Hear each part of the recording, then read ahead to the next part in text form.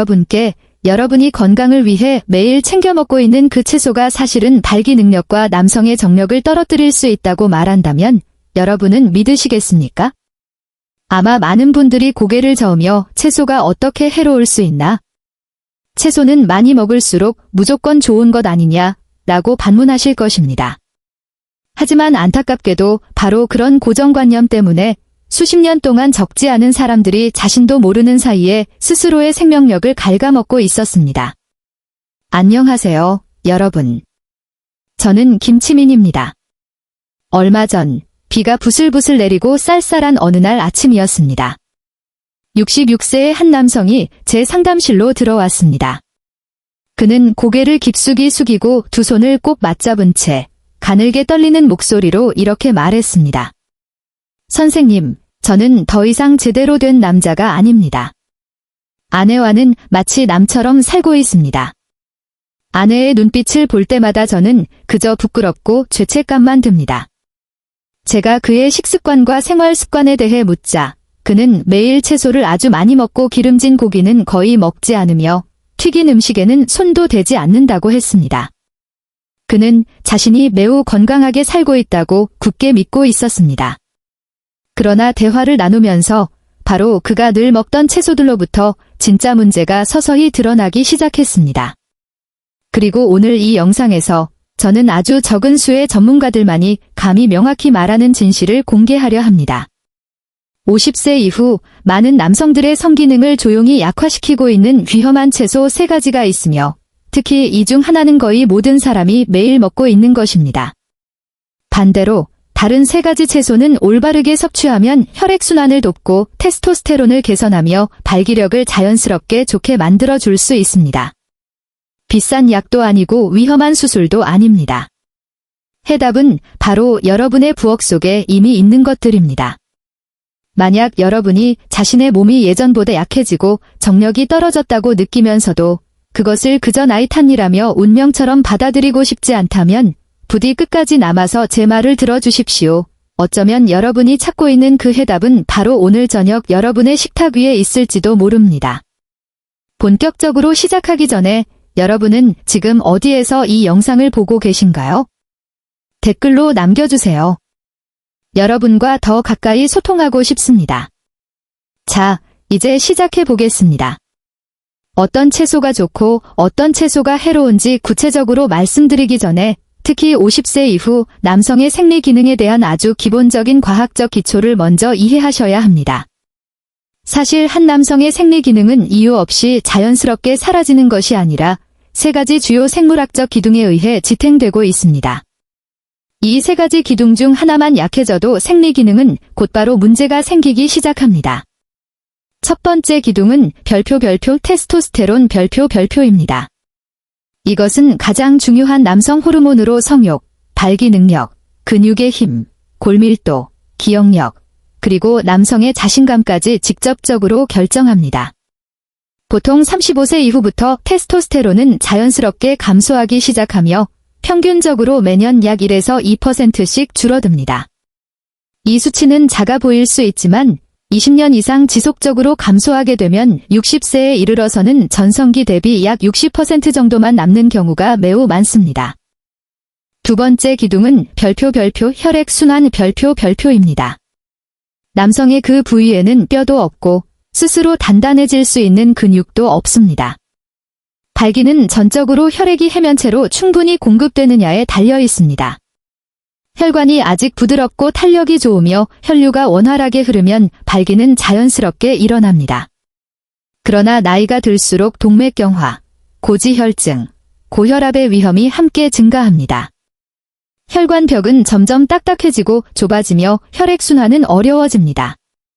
혈류가 충분히 강하지 않거나 충분히 빠르지 않기만 해도 발기가 약해지고 지속되지 않거나 심지어 전혀 반응이 없을 수도 있습니다.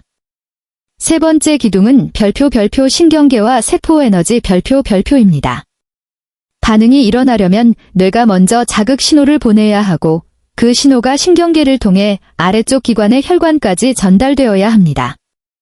만약 신경 전달이 원활하지 않고 반사가 느리거나 세포의 에너지가 부족하다면 테스토스테론과 혈관 상태가 평균 수준이라 해도 생리 반응은 여전히 약하게 나타납니다. 이것이 바로 나이가 들수록 쉽게 피로해지고 졸음이 잦아지며 반사가 둔해지고 생리 기능이 함께 떨어지는 이유이기도 합니다.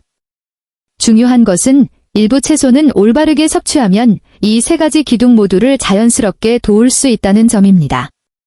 하지만 반대로 어떤 채소들은 잘못된 방식으로 먹거나 오랜 기간 계속 섭취하면 호르몬을 조용히 망가뜨리고 미네랄 흡수를 방해하며 생리를 지탱하는 혈류를 약화시킬 수 있습니다. 바로 이 채소의 두 얼굴이야말로 50세 이상에서 매우 적은 사람들만이 주의를 기울이는 부분입니다. 이제 저는 생리 능력을 떨어뜨릴 수 있는 채소 3가지를 공유하겠습니다. 이 목록에서 시금치, 즉 한국에서 흔히 먹는 그 시금치가 가장 첫 번째로 등장하는데 이는 많은 분들을 놀라게 하는 부분입니다. 한국 사람들, 특히 50대 이상의 세대에게 시금치는 오래전부터 몸에 좋은 채소로 여겨져 왔기 때문입니다. 많은 사람들이 혈액을 보충해주고 심혈관에 좋으며 몸을 더 건강하게 하고 고혈압을 개선하며 빈혈을 보완해준다고 믿고 먹습니다. 적지 않은 가정에서는 노인의 식탁에 자주 올라야 할 채소로 여기고 있습니다. 하지만 과학적 사실은 많은 사람들이 이야기하지 않는 또 다른 얼굴을 가지고 있습니다. 시금치에는 독살산 함량이 매우 높습니다. 옥살산은 체내의 중요한 미네랄, 특히 자연과 마그네슘과 강하게 결합하는 성질을 가진 물질입니다. 이 두 가지 미네랄은 바로 남성 생리에 있어 핵심적인 요소입니다. 아연은 고환에서 테스토스테론을 생성하는 과정에 직접적으로 관여하고 마그네슘은 신경 전달을 안정시키고 세포 에너지를 강화하는 역할을 합니다. 옥살산이 소화관에서 아연과 마그네슘에 단단히 결합하게 되면 식사가 아무리 영양이 충분해도 몸은 그것을 흡수하지 못하게 됩니다. 시간이 지나면서 아연과 마그네슘의 결핍이 조용히 진행되고 그에 따라 테스토스테론 감소가 이어집니다. 그 결과는 단순히 성욕이 줄어드는 데서 그치지 않습니다. 테스토스테론이 감소하면 근육이 점점 약해지고 지구력이 떨어지며 늘 피곤하고 무기력해집니다. 많은 사람들이 예전만큼 부부 생활에 흥미를 느끼지 못하고 발기력이 약해지며 지속 시간도 짧아졌다는 것을 분명히 느끼기 시작합니다. 장기적으로는 옥살산이 축적되면서 신장 결석 위험이 증가하고 대사장애를 유발할 수도 있는데 특히 이미 나이에 따라 신장 기능이 저하된 60세 이상의 사람들에게서 그 위험이 더 큽니다. 바로 이런 이유로 60세 이상, 특히 이미 생리 문제를 겪고 있는 분들은 예전처럼 시금치를 자주, 많이 드시는 것은 반드시 피해야 할 대상입니다. 이것이 완전히 배제해야 한다는 뜻은 아니지만 그래도 먹고 싶다면 더 안전한 방법은 끓는 물에 충분히 데친 뒤 그 물을 버리는 것입니다. 옥살산은 물에 많이 녹기 때문에 이렇게 하면 시금치가 미네랄 흡수와 남성 생리에 미치는 부정적인 영향을 어느 정도 줄일 수 있습니다. 또 하나, 대부분의 한국 가정 식탁에서 매우 익숙한 채소가 있는데 너무 익숙해서 그것이 생리와 연관될 수 있다고는 아무도 생각하지 않는 채소, 바로 배추입니다. 배추김치는 하루도 빠짐없이 식탁에 오르고 배춧국, 볶음, 데친 나물까지 말 그대로 50세 이상의 많은 사람들에게 배추는 거의 국민 채소와도 같아서 사계절 내내 아무런 망설임 없이 먹고 있습니다. 그러나 그 온화해 보이는 겉모습 뒤에는 영양학에서 이미 오래전부터 경고해온 한 가지 요소가 숨어 있는데 그것이 바로 고이트로겐입니다. 이것은 장기간 다량으로 섭취할 경우 갑상선의 활동을 억제할 수 있는 활성 물질의 한 종류입니다. 갑상선은 비록 크기는 작지만 우리 몸 전체의 에너지 대사 속도를 조절하는 매우 중요한 역할을 합니다. 갑상선 기능이 저하되면 신진대사가 느려지고 몸에서 생성되는 에너지의 양이 줄어들며 피로감이 더 자주 나타나고 그에 따라 활력도 함께 떨어지게 됩니다. 50세 이상에서는 이미 내분비계가 나이에 따라 약해지기 시작한 상태이기 때문에 갑상선이 억제되면 에너지 부족 상태가 더욱 뚜렷해집니다. 많은 사람들이 날씨가 그리 춥지 않은데도 손발이 늘 차갑다고 느끼기 시작합니다. 몸이 쉽게 피로해지고 쉽게 졸리며 어떤 일을 해도 동작이 둔해집니다. 성욕이 줄어들고 흥분되는 느낌도 예전 같지 않습니다. 그러나 대부분의 사람들은 그 원인이 매일 먹는 익숙한 김치 접시나 배춧국 한 그릇에서 비롯될 수 있다고는 전혀 생각하지 못합니다. 아주 흔한 실수 중 하나는 생채소가 비타민을 더 많이 유지한다는 생각으로 배추를 생으로 자주 먹는 것입니다. 실제로 배추에 들어있는 고이트로겐은 열 처리를 했을 때보다 생으로 먹을 때 훨씬 더 활발하게 작용합니다. 배추를 보다 안전하게 섭취하고 싶다면 전통 김치처럼 올바르게 절여서 발효시키거나 충분히 익혀 드시는 것이 좋습니다. 발효와 조리 과정은 고이트로겐의 활성을 크게 낮춰 주어 갑상선과 활력에 미치는 부정적인 영향을 줄이는 데 도움이 됩니다. 제가 세 번째로 말씀드리고 싶은 채소는 별표 미나리 별표입니다. 오래전부터 많은 가정, 특히 윗세대에서는 미나리를 몸을 시원하게 하고 해독을 돕는 채소, 몸을 깨끗하게 하고 열을 내려주며 간에 좋다고 여겨왔습니다. 이런 인식 때문에 속에 열이 많다고 느끼는 사람들, 술을 자주 마시는 사람들, 쉽게 피로를 느끼는 사람들 가운데 미나리를 비교적 자주 먹는 경우가 적지 않습니다. 그러나 과학적으로 보면 미나리에는 신경을 가볍게 억제하는 작용을 하는 일부 활성 성분이 들어 있습니다.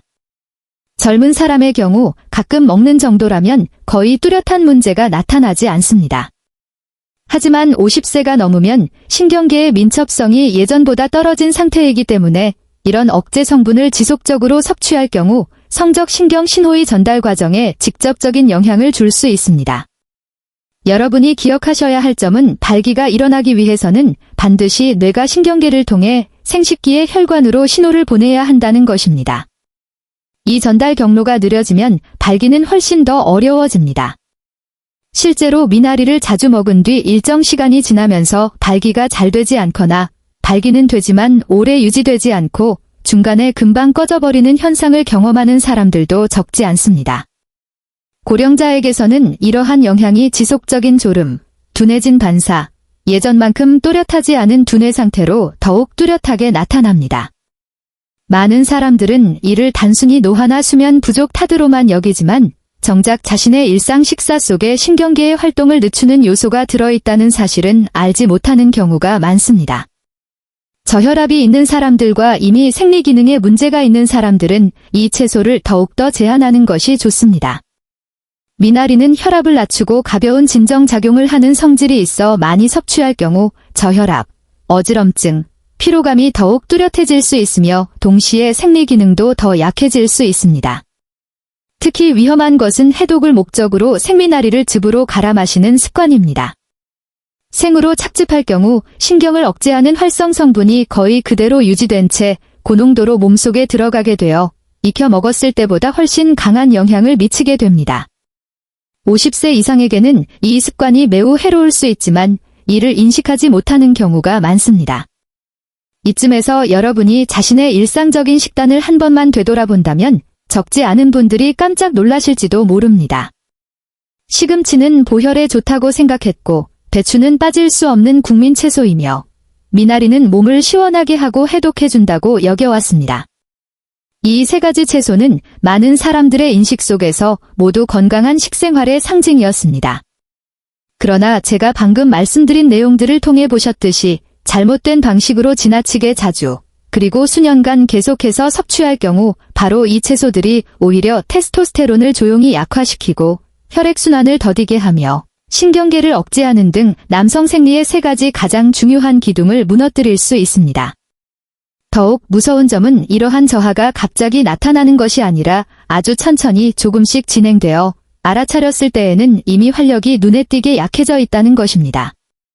저는 여러분께 아주 솔직하고 다소 무거운 말을 해야겠습니다.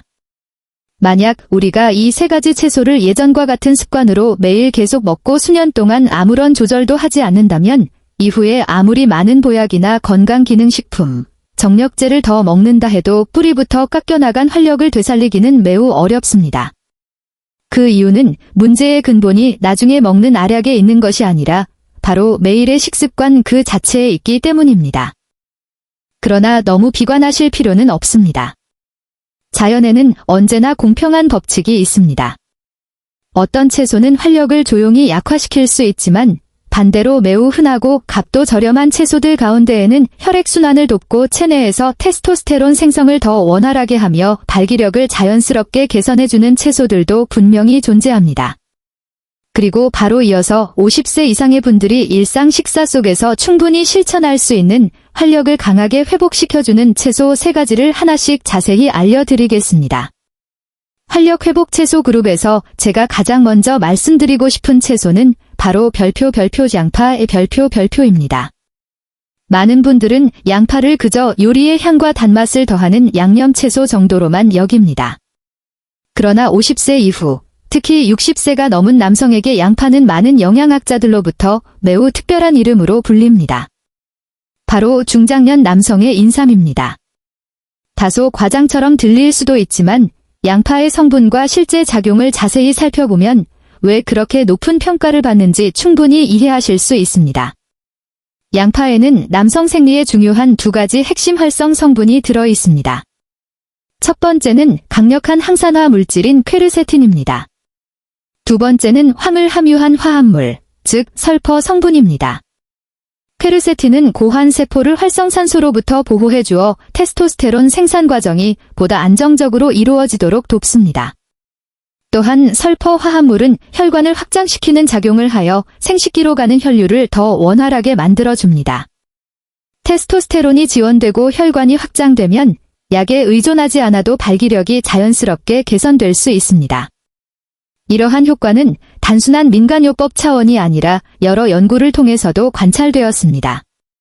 의학 학술지 안드로롤지아, 덴드롤로지어에 발표된 한 동물 실험에서는 양파 추출물이 몇 주간 사용된 수컷의 테스토스테론 농도를 유의미하게 증가시킨 것으로 나타났습니다. 한국에서도 중장년 남성을 대상으로 한 실제 관찰 연구에서 식단에 양파를 꾸준히 포함시킨 경우 약 1개월에서 2개월 후 피로감이 뚜렷하게 개선되고 동시에 생리 기능도 더 좋아졌다는 결과가 보고된 바 있습니다. 더욱 반가운 점은 양파가 생리 기능에만 좋은 것이 아니라 50세 이상에게 매우 중요한 여러 부가적인 이점도 함께 제공한다는 것입니다. 양파는 혈압을 안정시키고 혈중 지방 수치를 낮추는 데 도움을 주어 결과적으로 혈관의 동맥경화 진행을 늦추는 데 기여합니다. 그리고 제가 앞서 말씀드렸듯이 혈관이 건강해야 생리도 건강해질 수 있습니다. 퀘르세틴의 효과를 최대한 살릴 수 있는 양파 섭취 방법 역시 매우 중요합니다. 섭취 방법이 잘못되면 효과가 크게 떨어질 수 있기 때문입니다. 퀘르세틴은 열에 비교적 민감한 항산화 물질입니다. 양파를 높은 온도에서 오랜 시간 지나치게 익히면 퀘르세틴의 일부가 파괴되어 테스토스테론을 돕고 혈관을 보호하는 능력 역시 함께 감소하게 됩니다. 그렇기 때문에 양파를 생으로 먹는 것이 양파에 들어있는 자연 상태의 퀘르세틴을 거의 그대로 보존할 수 있는 가장 간단한 방법입니다. 생으로 섭취할 경우 퀘르세틴이 더 높은 함량으로 몸속에 들어가 항산화 작용을 돕고 고환 세포를 보호하며 혈액순환을 더욱 효과적으로 지원하게 됩니다. 하지만 누구나 생양파의 강한 매운맛과 자극을 견딜 수 있는 것은 아닙니다.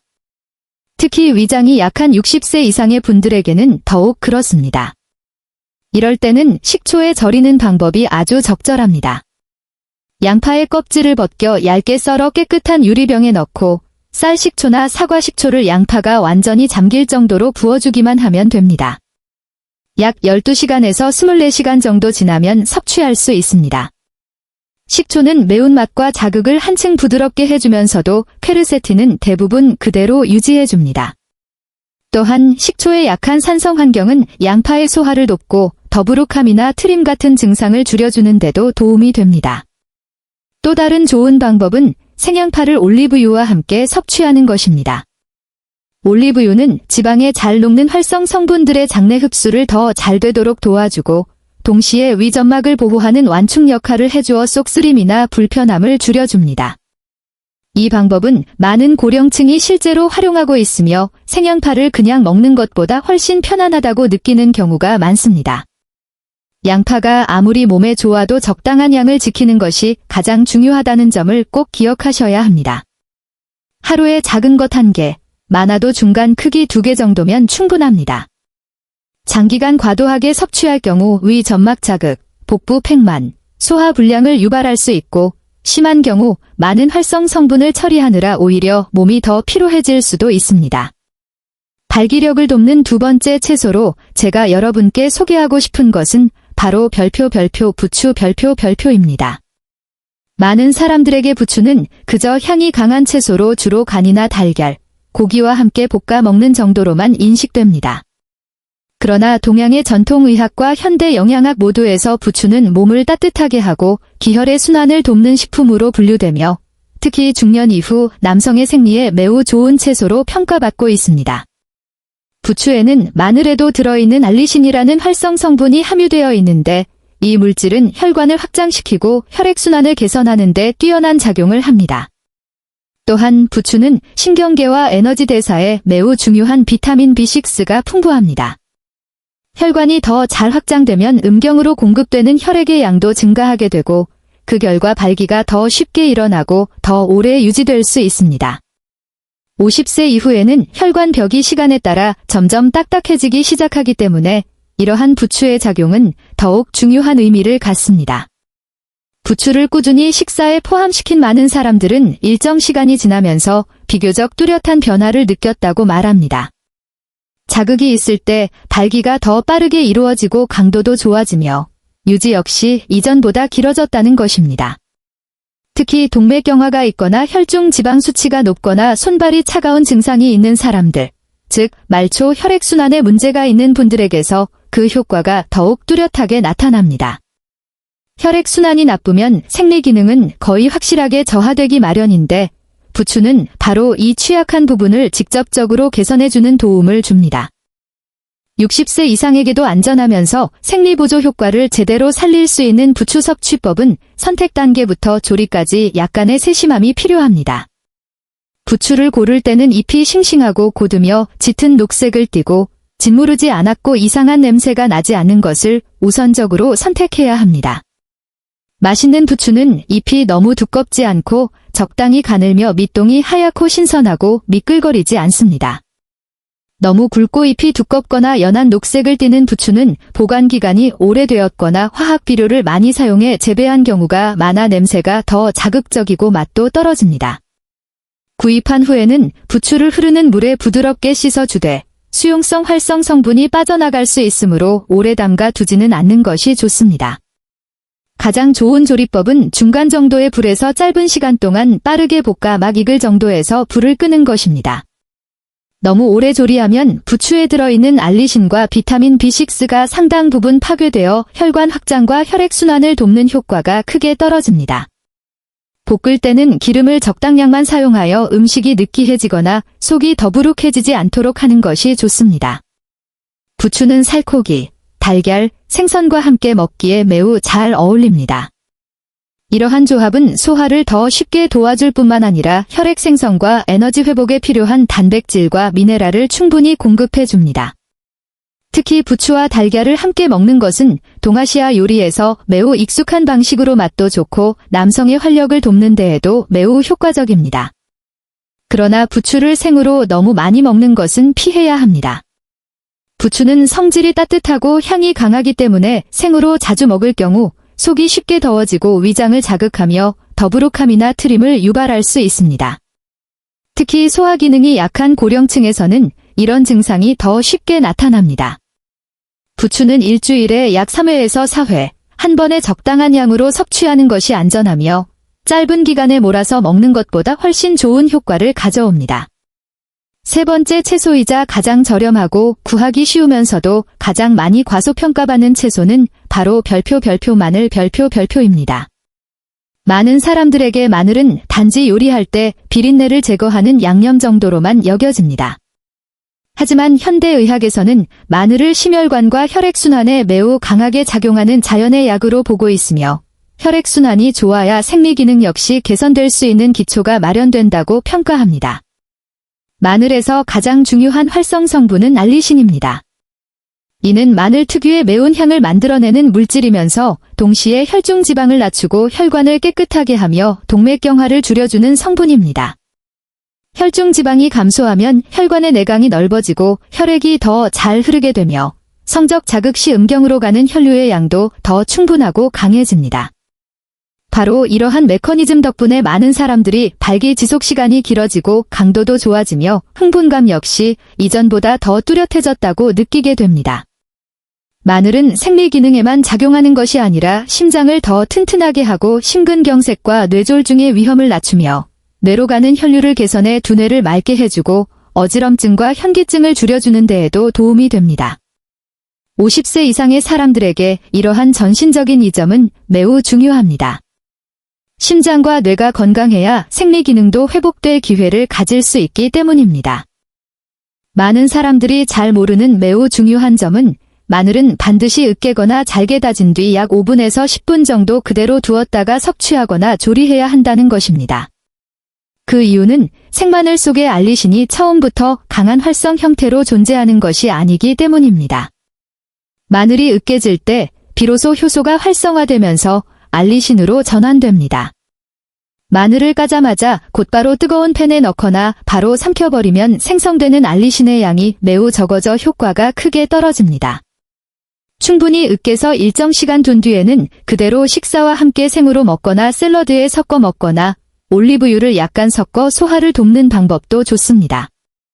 또 다른 방법으로 특히 위장이 약한 고령층에게 매우 적합한 방법은 식초 대신 꿀에 마늘을 재우는 것입니다.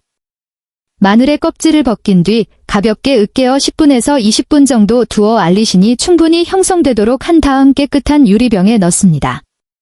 그 다음 순수한 꿀을 마늘이 완전히 잠길 정도로 부어주고 뚜껑을 잘 닫아 건조하고 통풍이 되는 곳에 보관합니다. 약 7일에서 10일 정도가 지나면 섭취할 수 있습니다.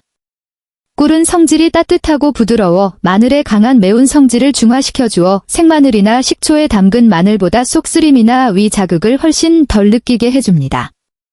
동시에 꿀은 알리신을 비교적 잘 보존해주고 추가적인 에너지를 공급하며 심혈관과 면역력도 함께 지원해줍니다. 섭취할 때는 하루에 꿀에 담근 마늘 7쪽 내외 정도면 충분하며 그대로 먹거나 따뜻한 물에 약간 타서 마셔도 됩니다. 가장 안전하고 효과적인 섭취량은 하루 2쪽에서 3쪽 정도입니다.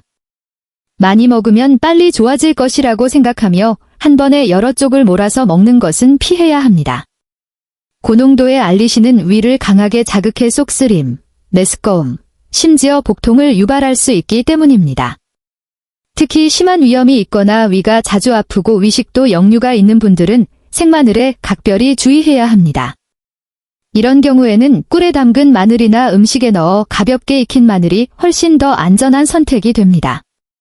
어떤 채소를 피해야 하고 어떤 채소를 보충해야 하는지 알게 되었다면 다음으로 중요한 것은 일상생활에서 이를 어떻게 올바르고 안전하게 적용하느냐입니다. 60세 이상의 분들은 식단을 한꺼번에 급격히 바꿀 필요는 없고 몇 가지 기본 원칙에 따라 천천히 조정해 가면 됩니다. 첫 번째 원칙은 생리적으로 차가운 성질의 채소를 여러 날 연속으로 계속 먹지 않는 것입니다. 소화에 좋거나 열을 내려주는 채소라 하더라도 수년 동안 매일 반복해서 먹게 되면 몸의 균형이 깨질 수 있습니다. 고령자의 식사는 오늘은 이 채소, 내일은 저 채소처럼 순환이 있어야 특정한 한쪽으로 치우치지 않습니다. 실제로는 7일 정도의 간단한 식단만으로도 변화를 만들어내기에 충분합니다.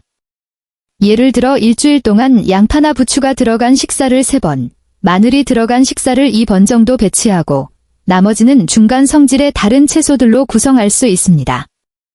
중요한 것은 한 끼에 많이 먹는 것이 아니라 적당한 양을 꾸준히 유지하는 것입니다.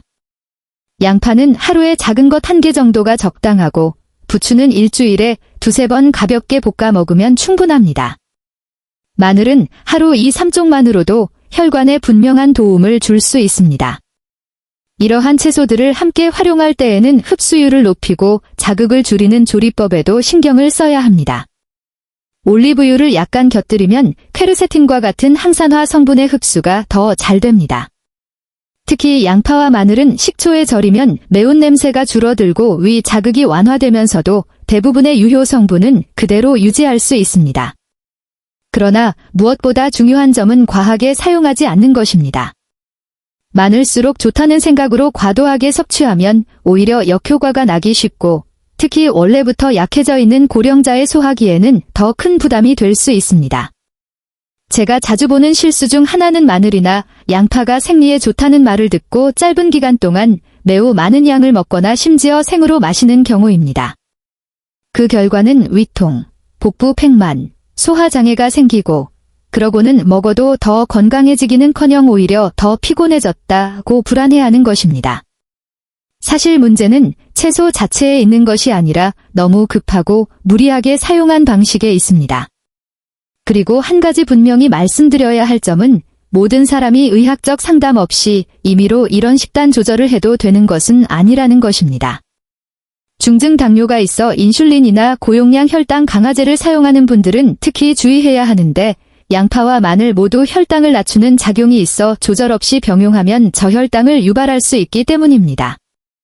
또한 혈액응고 장애가 있거나 혈액을 묽게 하는 약을 복용 중인 분들은 알리신이 출혈 위험을 높일 수 있으므로 마늘을 많이 드시지 않는 것이 좋습니다. 심혈관 질환으로 특정 약물을 복용 중인 분들도 식단을 크게 바꾸기 전에는 반드시 의사와 상담해야 합니다. 만약 여러분이 이러한 부류에 해당하거나 식단을 조절한 뒤 어지러움, 지속적인 위통, 심한 혈압 저하 등의 이상 증상이 나타난다면 그 즉시 중단하고 의사의 조언을 구해야 할 때입니다. 식습관을 조절해 건강과 생리를 개선하려는 시도는 자연스럽고 좋은 방향이지만 60세 이상에서는 무엇보다 산전이 최우선이어야 합니다. 올바르게 그리고 적당한 수준으로 실천할 때에만 불필요한 위험 없이 진정한 효과를 얻을 수 있습니다. 식사 외에도 제가 여러분께 아주 솔직하게 말씀드리고 싶은 한 가지 사실이 있습니다. 매일 양파, 부추, 마늘을 아무리 정확하고 충분하게 드신다 해도 생활 방식과 일상의 습관이 여전히 잘못되어 있다면 생리적 활력은 지속적으로 회복되기 어렵다는 점입니다. 50세가 넘은 신체는 30에서 40대 때와는 더 이상 같지 않습니다. 모든 장기가 전반적으로 느리게 작동하고 스스로 회복하는 능력도 눈에 띄게 떨어집니다. 그래서 생리는 단지 식탁 위의 음식에만 달려있는 것이 아니라 수면, 운동, 정신 상태, 음주와 약물 사용에 이르기까지 여러분의 일상적인 삶의 리듬 전체에 달려있다고 할 수 있습니다. 우선 가장 먼저 중요한 것은 별표 수면 문제 별표입니다.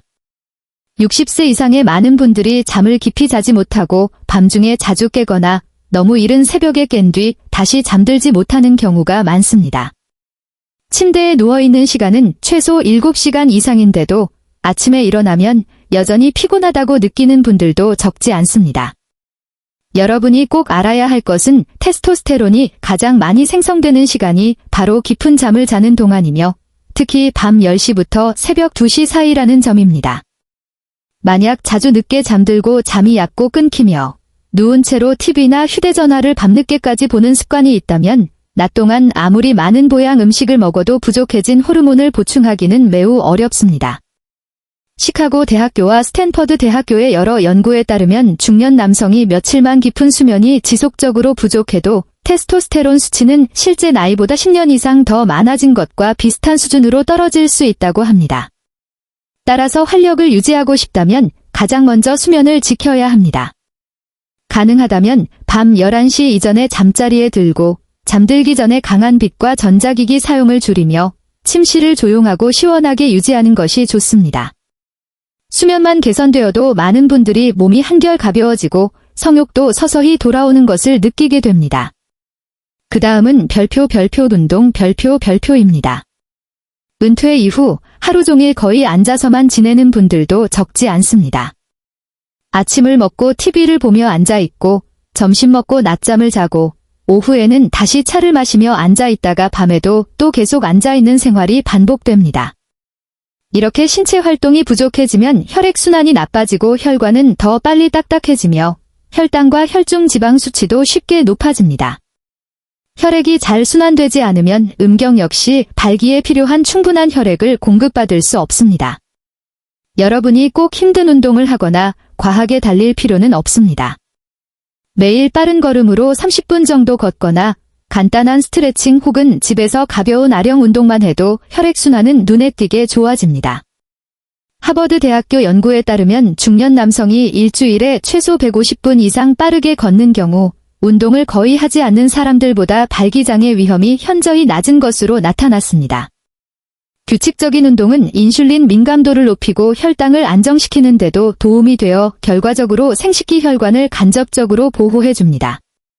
또 하나 많은 사람들이 잘 인식하지 못하지만 매우 중요한 요소가 바로 별표 정신상태 별표입니다. 불안, 긴장, 우울이 오래 지속되면 마음만 지치는 것이 아니라 테스토스테론 분비 과정 자체를 직접적으로 억제합니다. 여러분이 늘 걱정 속에 있으면 교감신경이 계속 긴장 상태에 놓이게 되고 혈관은 수축되며 혈액이 생식기로 잘 흐르지 못합니다. 60세가 넘어 퇴직을 했어도 재정 문제, 건강 문제, 자녀나 손주에 대한 걱정 혹은 과거의 일에 대한 후회와 미련으로 마음이 편하지 않은 분들도 많습니다. 이런 긴장과 걱정이 오래 쌓이면 활력은 조용히 그러나 확실하게 소모됩니다. 여러분은 이제 내려놓는 법을 배우고 삶의 속도를 조금 늦추며 산책을 하거나 화초를 가꾸거나 낚시를 하거나 가족과 대화를 나누는 등 마음을 편안하게 해주는 일에 시간을 써야 합니다. 정신이 이완되면 혈관도 자연스럽게 풀어지고 그때 비로소 몸은 회복할 수 있는 조건을 갖추게 됩니다. 술과 담배 역시 제가 반드시 짚고 넘어가야 할 중요한 요소입니다. 많은 분들이 매일 소주 몇 잔씩 마시며 조금 마시면 혈관이 확장되고 잠도 잘 온다고 생각합니다. 그러나 실제로 술을 자주 마시면 간이 손상되고 간은 호르몬 대사에 직접 관여하는 기관입니다. 간 기능이 약해지면 테스토스테론을 안정적인 수준으로 유지하기가 매우 어려워집니다. 게다가 술은 혈관과 신경계에도 직접적인 손상을 줍니다. 50세 이후에 생리 기능이 급격히 떨어지는 사람들 가운데 상당수는 여러 해 동안 꾸준히 술을 마셔온 이력이 있는 경우가 많습니다. 활력을 지키고 싶다면 술은 가능한 한 최소한으로 줄이셔야 합니다. 정말 필요한 자리에서만 한두 잔 소량만 드시고 술을 일상의 습관처럼 여기지 않는 것이 중요합니다. 담배도 마찬가지입니다. 담배 속 니코틴은 혈관을 강하게 수축시켜 흡연 직후부터 음경으로 가는 혈류를 거의 즉각적으로 감소시킵니다. 오랜 기간 흡연을 계속하면 혈관 벽이 점점 딱딱해져 발기가 점점 더 어려워집니다. 60세가 넘어서도 담배를 피우면서 생리 기능이 약하다고 호소하는 분들 가운데에는 이 두 가지가 서로 밀접하게 연관되어 있다는 사실을 인식하지 못하는 경우가 적지 않습니다. 금연은 결코 쉽지 않지만 끊고 나면 불과 몇 달만 지나도 숨쉬기가 한결 편해지고 체력과 함께 생리 기능의 개선도 분명히 느낄 수 있습니다.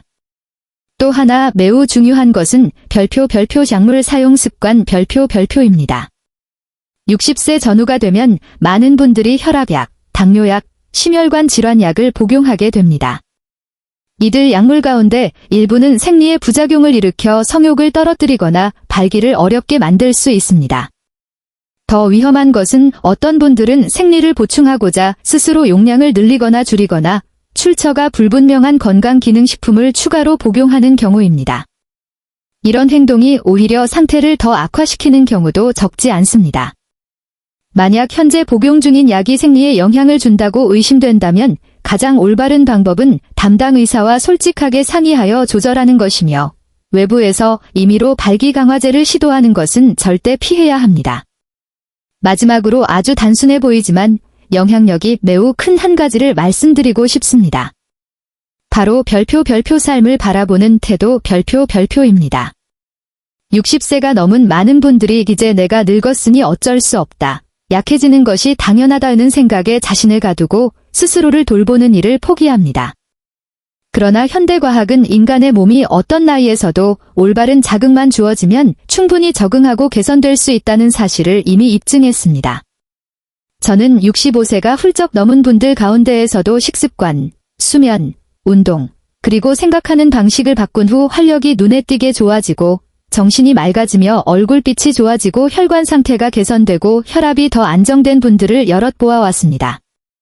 이는 나이가 생리에 대한 최종 판결이 아니라 우리가 더 신중하고 과학적으로 살아야 한다는 신호일 뿐이라는 사실을 보여줍니다. 여러분은 영상 초반에 제가 언급했던 66세 박 씨를 기억하시나요? 부산에 살며 기재 나는 더 이상 제대로 된 남편이 아니다 라고 고개를 숙여 말하던 그 남자 말입니다. 그날 상담 이후 박 씨는 어떤 생리 강화제도 복용하지 않았습니다. 그는 단지 3가지만 아주 기본적으로 실천했습니다. 식탁에서 채소 종류를 다시 조정하여 생리에 해로운 채소는 줄이고 양파, 부추, 마늘을 올바르게 보충했으며 매일 약 30분씩 꾸준히 걸었고 밤 11시 이전에 잠자리에 들려고 노력했습니다. 첫 주 동안 그는 거의 아무런 뚜렷한 변화를 느끼지 못했습니다. 그는 제게 전화를 걸어자마도 제가 정말 늙은 것 같아요. 이제는 더 이상 희망이 없는 것 같네요. 라고 말하기도 했습니다.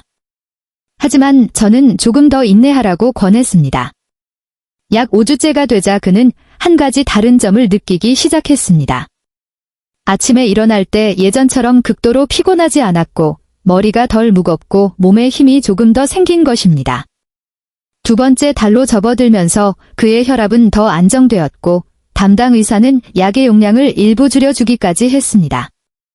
그리고 그가 가장 놀랐던 순간은 어느 저녁 아내와 평소보다 오래 이야기를 나누고 있을 때 오랫동안 잠잠했던 그의 몸이 자연스럽게 다시 발기 반응을 보였다는 것이었습니다. 2달 후 박 씨는 다시 저를 찾아왔습니다. 이번에는 훨씬 더 꿋꿋한 자세로 방에 들어섰고 눈빛도 이전보다 훨씬 밝아져 있었습니다. 그는 수줍지만 행복한 미소를 지으며 말했습니다. 젊었을 때로 돌아왔다고는 감히 말 못하겠습니다. 하지만 저는 다시 제대로 된 남자가 되었습니다. 이후 박 씨의 아내도 전화를 걸어 감사를 전하며 집안 분위기가 달라졌고 부부 사이가 예전보다 더 가깝고 따뜻해졌다고 이야기해 주었습니다. 또 한 가지 사례를 더 말씀드리겠습니다. 인천에서 건설업을 운영하던 70세의 이 씨 이야기입니다.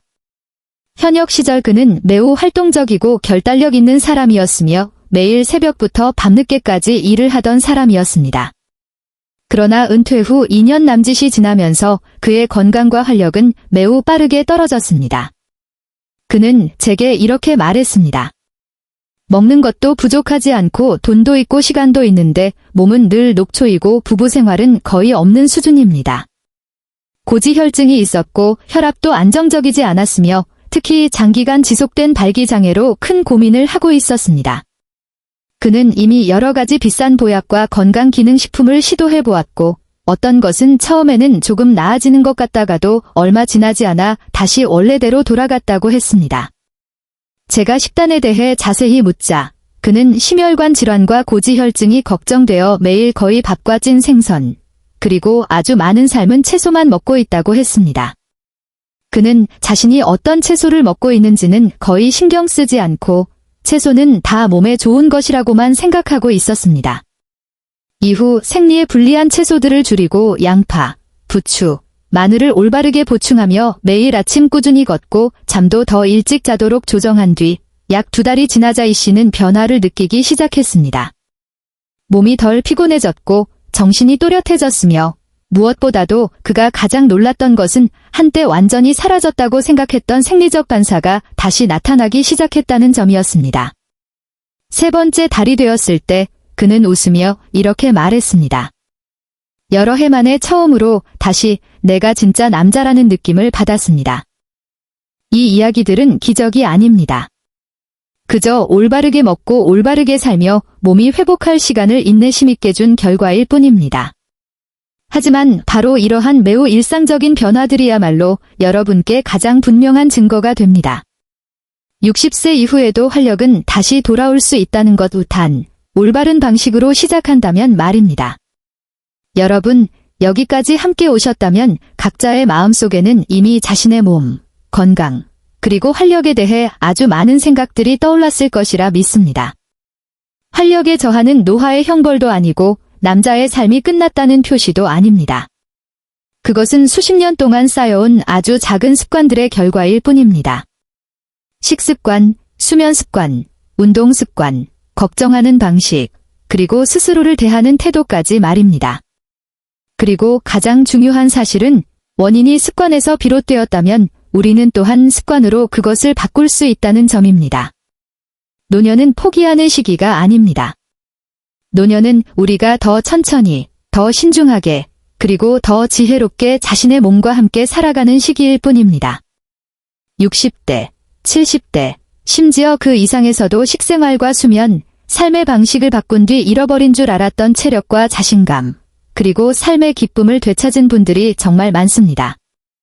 여러분도 충분히 그 다음 사람이 될 수 있습니다. 거창한 것이 필요하지 않습니다. 오늘부터 조금만 바꾸면 됩니다. 조금 더 바르게 먹고, 조금 더 일찍 자고, 조금 더 규칙적으로 움직이고, 지난 일에 대한 자책과 걱정을 조금만 내려놓으면 됩니다. 인내심을 가지고 이어간다면 몸은 반드시 아주 현실적이고 분명한 변화로 여러분께 답을 해줄 것입니다. 만약 여러분이 진심으로 자신의 새로운 출발을 표시하고 싶다면 이 영상 아래에 이렇게 댓글을 남겨주시길 바랍니다. 나는 오늘부터 바꾸겠습니다. 그것은 단순한 문장이 아니라 나 자신에게 하는 약속이며 세월에 밀려 약해진 채로 살지 않고 건강과 자신감 그리고 기쁨을 안고 남은 인생을 온전히 살아가겠다는 다짐입니다. 아직 채널을 구독하지 않으셨다면 앞으로도 50세 이상을 위한 건강, 영양, 생활 습관에 대한 다음 영상들을 놓치지 않도록 꼭 구독해 주시길 바랍니다. 구독은 어떤 비용도 들지 않지만 제가 여러분께 더 실질적이고 유익한 내용을 계속 나눌 수 있게 하는 큰 힘이 됩니다. 그리고 이 영상이 친구, 형제, 가족에게 도움이 될 수 있다고 생각되신다면 꼭 한번 공유해 주십시오. 여러분의 한 번의 공유가 누군가에게는 잃어버렸던 자신감과 건강, 그리고 삶에 대한 믿음을 다시 되찾게 해줄지도 모릅니다. 끝까지 함께 해주셔서 진심으로 감사드리며 여러분 모두 항상 건강하고 평안하며 활력 넘치는 나날을 보내시길 바랍니다.